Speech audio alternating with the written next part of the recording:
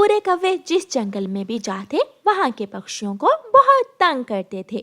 वो तो पूरे जंगल को अपना जंगल ही समझते थे। ले भी गोरी, घर तो बन गया, अब सामान उठाकर घर में रखो और मैं चिड़िया से बात करके आता हूँ। अच्छी तरह बात करना उस चिड़िया से। गोरी कौवी अपना बैग और दूसरा सामान उठाने लगती है और कालू कौवा दूसरे पेड़ पर रानू चिड़िया के घर के दरवाजे पर जाकर दस्तक देता है। जी कौन कौन है आप? वो देख रही हो, आज हमने अपना नया घर बनाया है। अच्छा, तो आप मेरे नए पड़ोसी हो।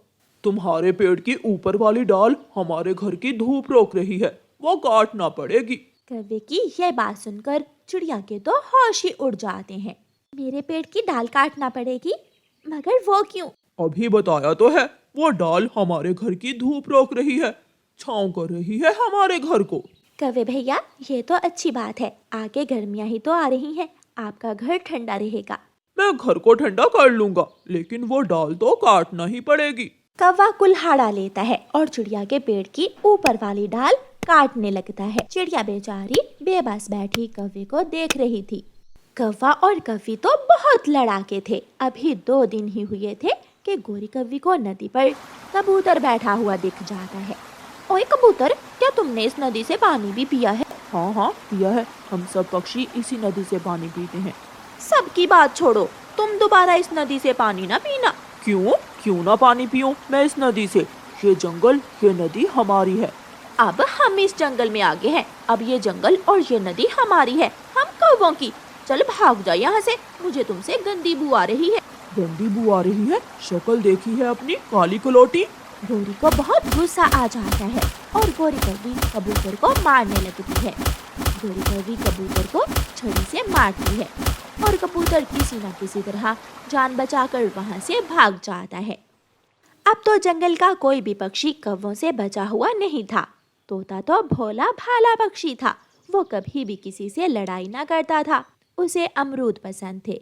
वो अमरूद के पेड़ पर बैठा अमरूद खा रहा था कि वहाँ गोरी कौवी और कालू कौवा आ जाते हैं। हटो, ये अमरूद का पेड़ तेरे बाप का है क्या? आपको कैसे पता चला कि ये अमरूद का पेड़ मेरे बाप ने लगाया था? मेरे पिताजी दूसरे जंगल से इस अमरूद के पेड़ का बीज लाए थे।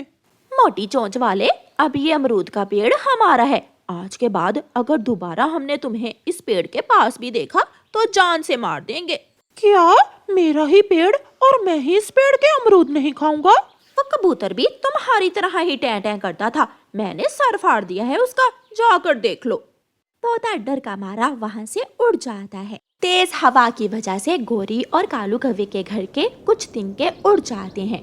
तो गोरी आराम से जाकर बुलबुल का घोंसला तोड़कर तिनके निकालने लगती है। ऊपर से बुलबुल भी आ जाती है। दुष्ट कवि, ये तुम क्या कर रही हो? मेरा घोंसला क्यों तोड़ रही हो? देख नहीं रही हो, मैं तुम्हारे घोंसले से तिनके निकाल रही हूँ। मेरे घर की छत टूट गई है, वहाँ लगाने हैं। तो जाकर जंगल से लो तिनके, मैंने तो बहुत मेहनत से बनाया है अपना घोंसला। मोटी बुलबुल, तू मार खाएगी मुझसे, अगर आप बोली तो मैं लाठी उठा लूंगी। डर के मारे बुलबुल चुप कर जाती है और गौरी कौवी बुलबुल का सारा घोंसला तोड़ देती है। मुझे मारा उन कौवों ने, मैं नदी से पानी नहीं पीऊंगा तो कहाँ से पानी पीऊंगा? मेरे पेड़ की ऊपर वाली डाल काट दी और मुझे अमरूद के पेड़ के पास जाने से मना कर दिया। अगर हम ऐसे ही एक एक करके उन कौवों से पिटते रहे तो वो कौवे एक दिन हमें इस जंगल से भी निकाल देंगे। हम सबको एक होना पड़ेगा, फिर ही हम उन कौवों का मुकाबला कर सकेंगे। तो हम सब एक हैं। फिर वो सब दोस्त इकट्ठे होकर कौवों के घर जाते हैं और कौवों का सामान उठाकर घर से बाहर फेंक देते हैं। चिड़िया, निकल जा मेरे घर से, तू किससे पूछकर मेरे घर में आई है? मैं अकेली नहीं हूँ, मैं भी साथ हूँ। मैं भी, और मैं भी साथ हूँ। फिर वो सब पक्षी इकट्ठे होकर कौवे और कौवी को उस जंगल से निकाल देते हैं और खुशियों भरा जीवन गुजारते हैं। किसान की पत्नी अपने आंगन में बैठी गरम गरम समोसे खा रही थी। पेड़ पर बैठी हुई चिड़िया उसे गौर से देखे जा रही थी। किसान की पत्नी की नजर जब चिड़िया पर जाती है तो वो उससे पूछती है, चिड़िया यहाँ आओ, क्या तुम समोसा खाओगी? चिड़िया जल्दी से किसान की पत्नी के पास चली जाती है। माँ जी, ये जरूर बहुत स्वादिष्ट चीज होती होगी। हाँ चिड़िया, हम इंसानों का ये मनपसंद भोजन है। इसे अमीर और गरीब दोनों ही खा सकते हैं। ये इतना महंगा भी नहीं होता। लो तुम भी ये समोसा खा लो। फिर चिड़िया वो समोसा लेकर दूर जंगल की तरफ निकल जाती है। चिड़िया एक बड़े पेड़ के नीचे जाकर बैठ जाती है। गरम गरम समोसे की खुशबू दूर तक जा रही थी। खुशबू के पीछे पीछे गोरी कौवी भी वहाँ आ जाती है। चिड़िया, ये समोसा तुमने कहाँ से लिया है? ये समोसा मुझे किसान की पत्नी ने दिया है। ये बहुत स्वादिष्ट होता है। हाँ, मगर इसे पुदीने की चटनी के साथ खाएं तो स्वाद और भी बढ़ जाता है। अगर तुम्हारे पास पुदीना है तो ले आओ, मैं तुम्हें पुदीने की चटनी बना कर दूंगी। फिर खाना तुम ये समोसा। गौरी, पुदीना तो मेरे घर के पास ही है। मैं अभी पुदीना लेकर आती हूँ। अरे अरे, पागल हो गई हो? ये समोसा तुम यहीं रख जाओ, थक जाओगी। जाओ और पुदीना ले आओ। मेरे समोसे का ध्यान रखना, मैं इसमें से थोड़ा सा तुम्हें भी दूंगी। ऐसा कहते हुए चिड़िया पुदीना लेने चली जाती है। थोड़ा सा तुम्हें भी दूंगी, मैं तो ये सारा ही खाऊंगी। बेवकूफ पागल चिड़िया। गौरी मजे मजे से वो समोसा खा लेती है और इधर उधर देखकर वहाँ से भाग जाती है। जब थोड़ी देर बाद चिड़िया पुदीना लेकर आती है तो वहाँ ना तो समोसा था और ना ही गौरी कौवी। चिड़िया वहाँ बैठकर रोने लग जाती है। वो दुष्ट कौवी मेरा समोसा खा गई। वो बहुत बुरी है। मैं भी तुम्हें सबक जरूर सिखाऊंगी गौरी की बच्ची। चिड़िया गौरी कौवी के घर जाती है। गौरी, दरवाजा खोलो। तुमने मेरा समोसा क्यों खाया है? तुमने मुझे धोखा दिया है। तुमने मुझे बहाने से भेजकर मेरा समोसा खा लिया।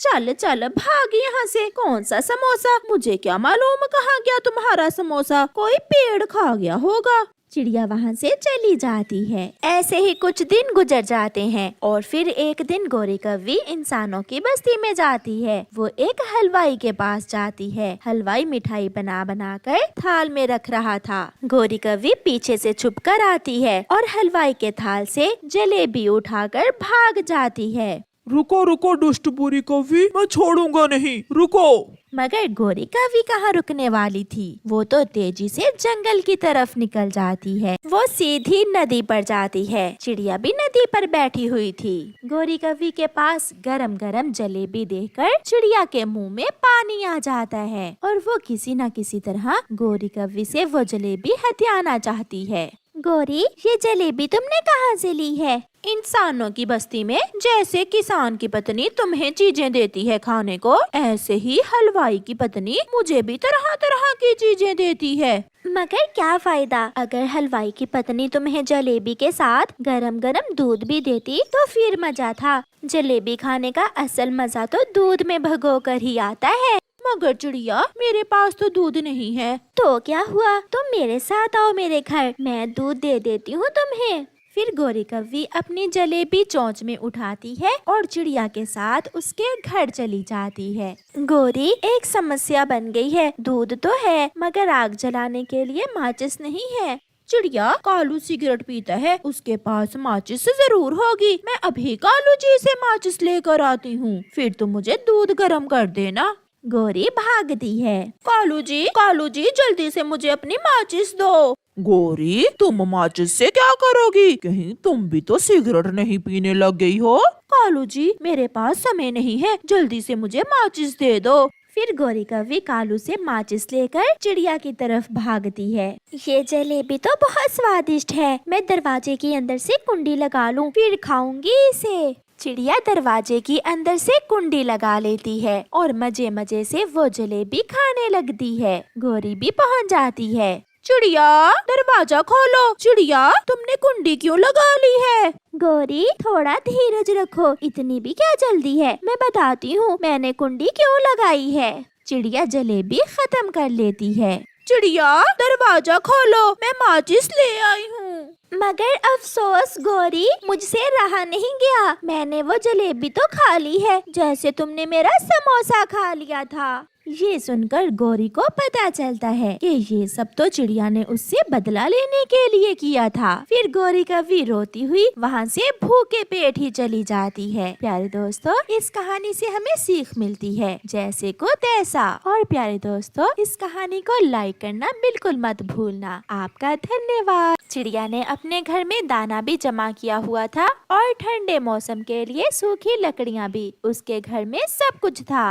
वो अपने घर के बाहर बैठी हुई थी कि मिठू तोता वहाँ आ जाता है। चिड़िया चिड़िया, मैं तुम्हारी माँ वाले जंगल से आया हूँ। आपकी माँ बहुत बीमार है, वो आपको बुला रही है। ये सुनकर चिड़िया परेशान हो जाती है। मिठू, बहुत शुक्रिया जो आपने मुझे बता दिया। मैं अभी माँ से मिलने जाती हूँ। फिर चिड़िया अपने घर को ताला लगाती है और अपने पड़ोसियों के पास जाती है। गौरी बहन और कालू भैया, मेरी माँ बहुत बीमार है, मैं माँ से मिलने जा रही हूँ। आप मेरे घर का ध्यान रखना। आप चिंता न करें, ये आपका घर हमारा अपना घर ही है। हम अच्छे से ख्याल रखेंगे आपके घर का। अब मैं जाती हूँ। चिड़िया, अगर घर को ताला लगाया है तो चाबी देती जाओ। चिड़िया कुछ सोचे बिना अपने घर की चाबी पड़ोसी कौवों को दे देती है। चिड़िया चली जाती है।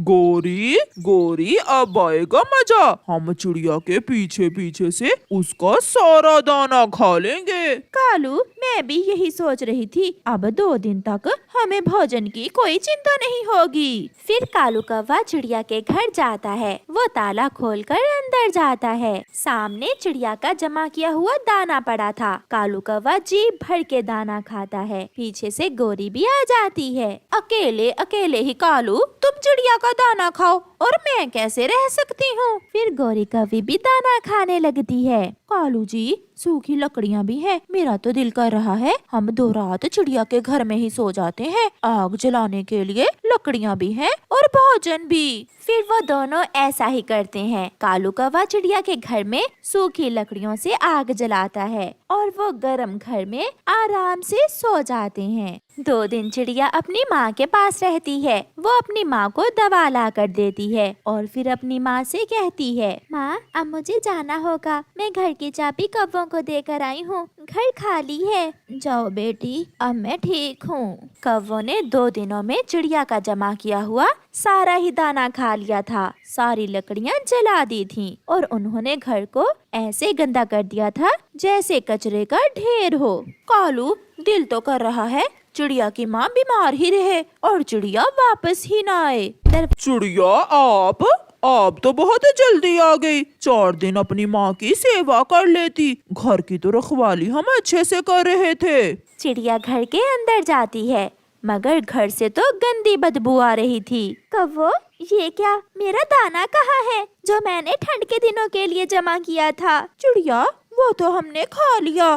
सारा ही? हाँ चिड़िया, सारा ही। और मेरी सूखी लकड़ियाँ जो मैंने बारिश के दिनों के लिए रखी हुई थी? चिड़िया, वो तो हमने जला ली। ठंड बहुत थी ना, इसलिए रात को आग जलाकर सो जाते थे हम। तुम पड़ोसी नहीं, तुम तो भूत हो कोई। चलो निकलो, निकलो मेरे घर से। तुम तो पोटियाँ भी मेरे घर के अंदर ही करते रहे हो। बहुत गंदे हो तुम, भागो यहाँ से। शर्मिंदा होते हुए कौवे वहाँ से चले जाते हैं। चिड़िया अपनी नाक पर कपड़ा बांधकर घर को अच्छे से साफ करती है और घर में खुशबू लगाती है।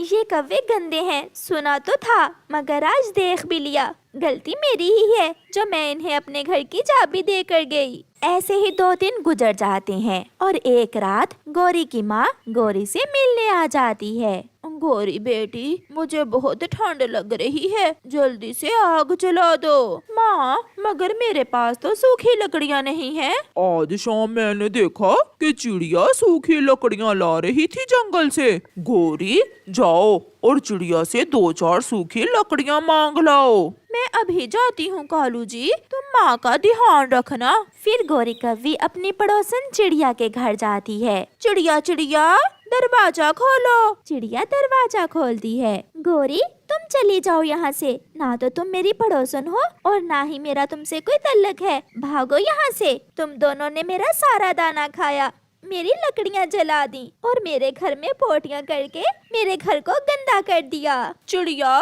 प्लीज 2 लकड़ियाँ दे दो, मेरी माँ आई है, उसे बहुत ठंड लग रही है। यहाँ ही रुको, तुम मेरे घर के अंदर नहीं आओगी, तुम गंदी हो। फिर चिड़िया गोरी कौवी को 2 लकड़ियाँ दे देती है। पड़ोसी एक दूसरे का ख्याल रखते हैं, तुम्हारी तरह दूसरों के घरों को कचरे का ढेर नहीं बनाते। मैं आप जैसे पड़ोसियों से कोई तल्लक नहीं रखना चाहती, फिर दोबारा मेरे घर में ना आना। गोरी चली जाती है, मगर उसे अपनी गलती का एहसास हो रहा था। वो आग जलाकर अपनी माँ को गरम करती है। कालू, मैंने भी फैसला कर लिया है, हम खुद को बदल लेंगे। चिड़िया की तरह हम भी अपने घर को साफ रखेंगे, चिड़िया की तरह दाना ढूंढ कर लाएंगे और चिड़िया की तरह ठंड के लिए सूखी लकड़ियाँ इकट्ठी करेंगे। चिड़िया की बातों से मुझे भी बहुत शर्मिंदगी हुई थी। एक अच्छे पक्षी बनने के लिए हमें अच्छे काम करने होंगे।